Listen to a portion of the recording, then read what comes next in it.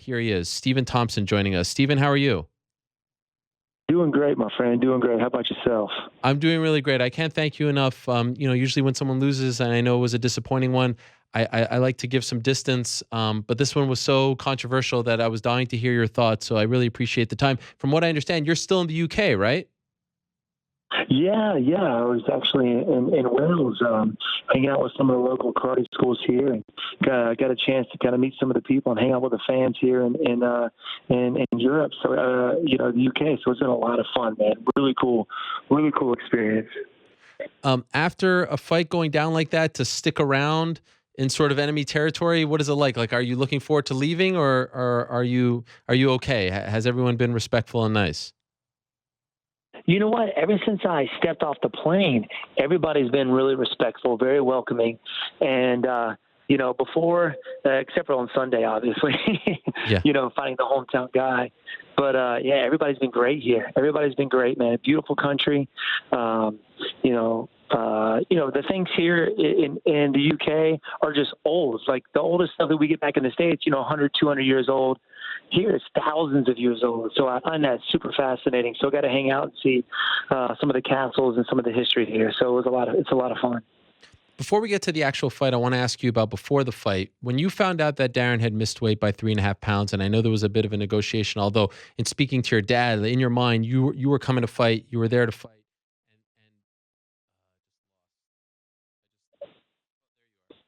Lost my, there. Okay. We're back. I lost you there for a second. There you go. I got you. I got you. Can you hear me now? Yes, I can. Can you hear me? Yeah, I can hear you. Sorry. My headphones just went out. All right. Did you? No problem. What was your reaction when you found out that he had missed weight? And was there ever a doubt in your mind about taking the fight? Knowing about the stats that fighters who miss weight are undefeated if the fight goes through. How did you feel about it all? You know what? I was devastated. I didn't think the fight was going to happen. I mean, from what I had heard was he ended up showing up weighing 3 pounds heavy, and due to family problems, and then goes for the hour to make weight, and he comes back even heavier, 3.5 pounds. I'm like, what? It's almost like he wasn't even trying. What's going through my head, Like, is he even trying to make weight? It just stinks that these guys, they sign a contract to be a certain weight, and they don't make the criteria of that contract. You know what I mean? It's just very unprofessional in my eyes, and I've got over 70-something fights, and not once have I ever missed weight, and not going to. Even in my second fight, when I fought Matt Brown, I was walking around about 210, which I'll never do again, but we still made weight. It almost killed me, but I got down there. It doesn't make sense to me. I didn't think the fight was going to happen. My dad could tell that I was a little frustrated, and he was like, listen, man, you just need to focus on, as if this fight is going to happen. Focus on you. Do what you got to do. Don't let this get to you. And let's see if we can make this thing happen. I'm like, all right. I was like, you guys take care of it, and I'll focus on the fight. Did you consider not taking the fight, considering the weight discrepancy? You know what? Not me, really. I mean, I was focused as if I was going to actually fight. My dad and my management are great, and I trust them with every decision that they make. So I was kind of letting them handle that. That was definitely going through their head, during the whole thing. So, yeah, it was definitely going through their head if they didn't kind of get what they wanted to get. We wanted him to get down to 185, and their team was like, dude, he's already up to 191. We're like, what? It's literally been an hour ago that he was 173.5, and he's already back up to 191. I was like 183 at the time, in that hour. I was like, man, this dude, you got to be kidding me. So they're like, all right, well, okay, just do 188 then. And they're like, okay, we'll make it happen. All right, let's do that. And, it's just, words can't describe what goes through your head at that moment, because, you fly all that way thinking this thing's not going to happen now. And you can't allow that negativity to get in your head when you're getting ready to go out there and do battle. But, yeah, man, it definitely does get in your head. I know this is somewhat tricky territory because you don't want to come off as giving excuses, but can you acknowledge that, like, the drama and even the morning weigh-in where you had to be under 188, and not knowing if it's actually going to be on or not. I mean, even listening to Dana White, it didn't seem like he was. Even Darren Till himself said he didn't know if he can hit 188 after the weigh-ins. Does that mess with you going into the fight? Like, you want to be at peace the night before, right? And know that, okay, the fight is on. Can you acknowledge that kind of was, a distraction heading into fight night? I didn't allow it to be a problem for me. You're dealt with obstacles in life, and you're dealt with obstacles in this business, and you got to kind of understand that that's going to happen, and you just got to, my thinking was, this guy's going to be massive when he steps out there. But you know what? I came all this way. There's a lot of fans here that paid for tickets and want to see me do battle with this guy, and I didn't want to let him down. So I took the fight knowing this guy was going to be, a pretty stout and pretty heavy guy going in there. Most people. I mean, I don't think if that was tiring, he would have said no. He would have probably wouldn't have taken it. I think most guys wouldn't have taken it. Especially the way things are going with people who aren't making weight, and the winning. I think it's like 8-0 right now. Guys who didn't make weight and won the fight. So yeah, I didn't allow it to be a problem. I mean, of course, it's always in the back of your head, but I told myself it's going to happen. So I just mentally kind of blocked that out and prepared myself for it. Do you regret saying yes to the fight? Say that again? Do you regret accepting the fight on those terms?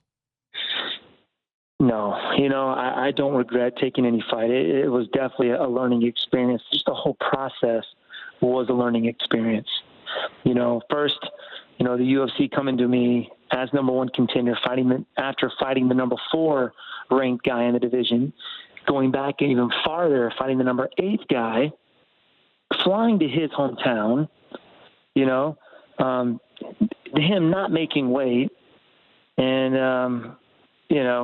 it was all an experience, man. I didn't like it, but sometimes you got to do things that you don't like to do and do it anyway. But I don't regret it, man. It was definitely a learning experience in my book. In the fight itself, could you feel like there was a size advantage or a disadvantage in your favor? I think in one of the rounds, I don't know if it was the third round, I had blitzed Darren Till, and he literally just kind of covered up and shoved me off, and I flew back. I almost turned all the way. I think it did turn all the way around. But, yeah, I mean, when you hit somebody, most of the guys at my weight that you are pretty confident are the same weight as you when you step out there. When you make contact, you can tell you're pretty much the same size.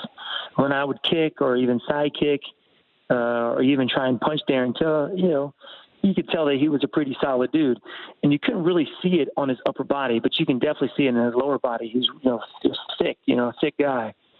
But, you know what? I went out there and did battle anyway, and it was a good experience. It was a good experience for me. And,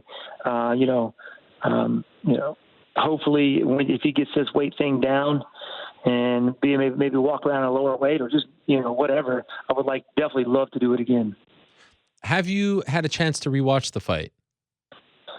I to be honest with you, I haven't yet. I've seen clips on social media, but I haven't gone back and seen the entire fight yet. There are some points in that fight that I wanted to kind of go back and look. Especially in the second round when he did that side kick to my leg. It was actually to my knee that I felt that I wanted to make sure, see if that's where he ended up hitting me was my knee. My left leg, I've had surgery many times on that leg. And from when I was out there, I was like, dude, this dude is literally kicking me in my knee. Is that a legal spot? Is that not a legal spot? I thought it was the thigh, but I'm pretty sure the knee is not a legal area to hit. And it was almost like this dude was trying to put me out, and he hit me in the knee. And after that, my movement was pretty much out the window. I was more focused on keeping my knee. It was just another thing to think about out there. When you're in a competitive situation, you just want to focus on what you have to do and not about keeping your knee stable, So I'm not really sure what kind of damage is done, but we're going to go back and get it looked at. So hopefully it's nothing too bad. How does it feel right now? Like, can you walk on it on your own? I can walk on my own, but I got to keep it slightly bent. There's a lot of swelling in it now. A lot of pain in the back of my knee. So, as of right now, I'm thinking it's just something minor. Hopefully it's nothing major. But it sucks, man. It really does. Just disappointed about the whole situation, and then coming out of it with an injury like that, it makes it all worse. Do you feel, Stephen, like he's a dirty fighter? No. I mean, there's fighters out there. I mean, John Jones does those knee. Masvidal. When I fought Masvidal, it was literally more of a sidekick to kind of keep me at bay, and it was actually to the quad. I mean, he was aiming for the thigh. When I fought Darren, it was kind of like he deliberately was going for my knee. It could have been just his misjudgment. I don't like to think bad or negative on people, but when I was out there, I felt like he was going for the knee.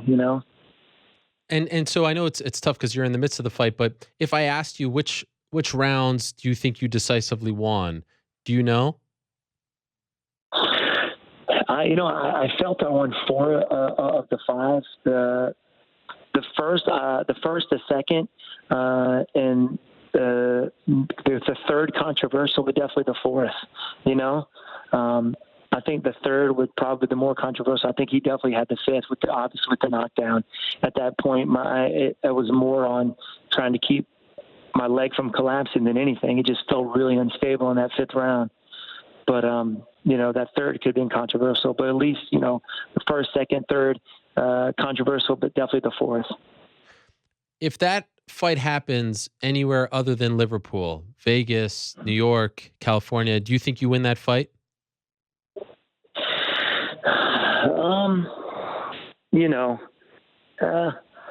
I don't know, man. The judges nowadays, you got a lot of guys who could, I think, do a lot more. Could do better with judging. Reading the fight, and I know close fights are very hard in the moment, but there seems to be a lot of that happening recently. But I think so. I really do. I think so. Darren is definitely a tough guy, man, and he's a very confident person. Definitely built for the fight game, and I think I would win that fight. The crowd was obviously very boisterous. Do you feel, I mean, you've been around the fight game for a long time. Do you feel like they impacted the judges? Them sometimes reacting to something that's not really happening. Either it's a missed punch, you avoiding a punch. Do you feel like they are swayed by that, the judges? I don't know. That's a very good question. Possibility, maybe, but I don't know, man. You got to be professional out there, and I like to think that the judges as being professional and not thinking that, and them focus on the fight, not really about what the fans are doing. Because I literally didn't hear a dang thing out there. I didn't hear the crowd. People were saying it every time a punch would whiff by you, not even make contact. The crowd was going crazy. So I don't know. That could be a possibility. Yeah. Obviously, the kicks to the knee affected the fight, and I know it's fresh. But in hindsight, do you wish you did anything differently in the fight? You know what? Nah, man. I did out there and gave it what I got, gave it all I had. Definitely the knee slowed me down a little bit, but even Till being the bigger guy. I spar with big guys every day. It was definitely a chess match out there, and that's why I love the game. That's why I love to fight these guys, is because of that chess match. So not only was it his striking that I had to think about, but it was also how to get around his size. What do I have to do? I can't blitz the guy. I got to work more angles. I can't work the angles because of my knee, so I got to back up and try and strike this guy. That's why I do what I do, to try and to beat the puzzle, to figure it out. So yeah, man, I loved every minute of it. Even the crowd walking out was just awesome. Even though they were booing me, I couldn't help but smile, because it was such a cool thing to hear. All those people just going crazy. You don't really hear that in the States. I mean, the last time I heard something like that was was when I went back and watched the UFC 205 when I popped my head out of the guillotine that Tyron had me in. Yeah. You know, and I don't even think that was as loud as that, you know. And I feel like if you weren't such a nice guy, the boos would be even louder. Like it was almost like they were reluctantly booing you because they had to, because you were fighting their guy. It was cool because they were booing me, and I was always walking there like, boo, hey, man, give me a high five, bro, boo, you know, like, hey, give me your shoulder, give me a high five, man, good work, you know, good luck, boo, and they would still boo, you know. They were like wishing me luck and booing me at the same time. It was hilarious. There seemed to be a lot of mutual respect between you and Darren. Is there a line there? Do you feel like sometimes it become like, you know, the guys on Fox afterwards called it a sparring match where it didn't seem like you were trying to knock the guy's head off. And that's not something that we see from, like, you're not a mean-spirited person, but do you feel like there's a line between too much respect and just kind of just enough to where it doesn't feel like it's a glorified sparring match? Yeah, I think there is. I mean, there definitely is. I don't think that was the case out there this Sunday. It was more the fact that I wasn't able to really put a whole lot of power behind anything, especially, you know, I love to work my angles. I love to angle off and throw my kicks and set up my punches that way. It was just the fact that I was unable to do it because of afraid of my leg collapsing, my knee giving out. So I was more thinking of keeping that stable than anything else, you know. Last thing I want is to go out there and tear an ACL and be out for a year. Right. I'm 35 years old, man. I got a small window to kind of do what I want to do. And I kind of understand with the fans that when they watch that fight and not really know what's going on to think that, you know. I mean, even though I was out there, I was trying to hit the guy hard. I really was. I was trying to hit the guy hard. It was just that I was unable to put myself in a position to do so. You know, so it was more of me backing up and trying to hit this guy. Because I felt if I took another knee kick like that again, I would be done. I would be done. So there was a lot going. And in a fight, you don't want a lot to be thinking about. You just want reaction. You know, if your thinking is too slow, and I was definitely thinking out there because there was another obstacle that I had to kind of get around, and that was just the effect, the stability of my knee out there. You know, it frustrates me. Like I'm sitting here thinking about it, and I'm holding my knee, not even knowing I'm grabbing my knee. It's like a subconscious thing. I've done it once, and it's like that's the last thing I want to happen is for my knee to go out, because then you never know, my career could be over. You know. And this is what I love to do. Right. And it was so interesting to watch you as they were reading the scorecards and eventually announced him as the winner, because you didn't have, you know, like sometimes we see these big reactions where the guy's upset, he thinks he won, you think you won 4 rounds, and you have a smile, you clap, and then you kind of walk off, and you didn't throw a big stink backstage even. How do you do that? How is that possible? Like you said, you went in enemy territory, and he misweighed all this stuff, and you're just standing there clapping. How do you remain so professional throughout all of this? You know, I do respect everybody I step in the octagon with. I know there's a strategy to a lot of these guys making comments about people, making them mad. It's a part of the strategy to get in their head. It's mental warfare, basically, and I understand that. I know the guy doesn't actually hate me, and I've never given him a reason to hate me. But even though I thought I thought I was going to get it, and but for some reason, when they were going over the scorecard, I was like, man, watch this be for Darren Till. Watch it happen. And then when they said it, almost like I had mentally prepared for it. You know what I mean? And once they make that announcement, you know, I'm not going to go out there and pitch a fit. I'm going to take it like a man and be a gentleman and shake my partner's hand, and and that's how it should be done. I think that's how it should be done. I can't go back and change it. I can't go to the judge and say, hey, you change this. You know what I mean? Right. You make it right. You can't do that. And that's what I get for leaving it in, for allowing that kick to happen and allowing it to go in the judge's eyes. It's just, it is what it is. I would imagine, though, you think, 2 judges scoring at 49-46 is pretty crazy. I do. I do think that. I mean, everybody that I've talked to said, I won that fight. But even after the fight, man, it was always pretty cool because I think I gained a lot of fans, the way I reacted after the fight, Sure. And, that's why I do what I do. Not just to put on a good show, but hopefully to be an example for people out there like that, who, see the true martial artists. And that's why I always say, I would love it if I woke up one day and I saw my kids with a Stephen Thompson poster on their wall, because you are the very best that this sport has to offer. You are a better man than most of us, because I don't think anyone would have begrudged you for throwing a fit after having overcome everything that you overcame at that point, and you just kind of stood there clapping. I mean, that to me is more impressive than anything you've done in the cage. It's just incredible the way you conduct yourself. So I think that you have a lot to be proud of on that front. That definitely means a lot, man. I really appreciate it. My dad, after the fight, told me how proud he was. He said that was like, that was like super cool. You know what I mean? To hear that from him. And my dad's a good man. And I just want to, I know what the martial arts has done for me, not just a martial artist, but as a man as well. It's the way I present myself, in defeat and in a win makes all the difference. So I thought it was pretty cool, So I appreciate that. Absolutely. And I mean it. Last thing before I let you go. So obviously you have to get your leg checked out. And maybe it's not immediately, but I'm assuming at some point down the line, you'd love to run this back.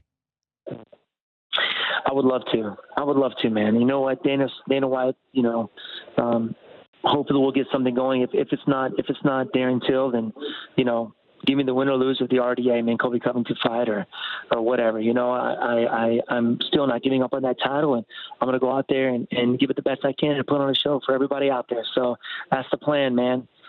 Still looking to the top, baby. Still looking to the top. Well done, Stephen. Again, congratulations on a great fight. Congratulations on conducting yourself like a true pro, all class. And really appreciate you coming on here. And of course, good luck with the knee. Please keep us posted. I hope it's nothing serious and that you can return sooner rather than later. Hey, I appreciate it, my friend. Always a pleasure being on with you. And hopefully we can do it again soon. Absolutely. Absolutely. Would love it. Thank you so much, Stephen. There he is. Stephen Wonderboy Thompson joining us from England. He is still there. What more can you say about that guy?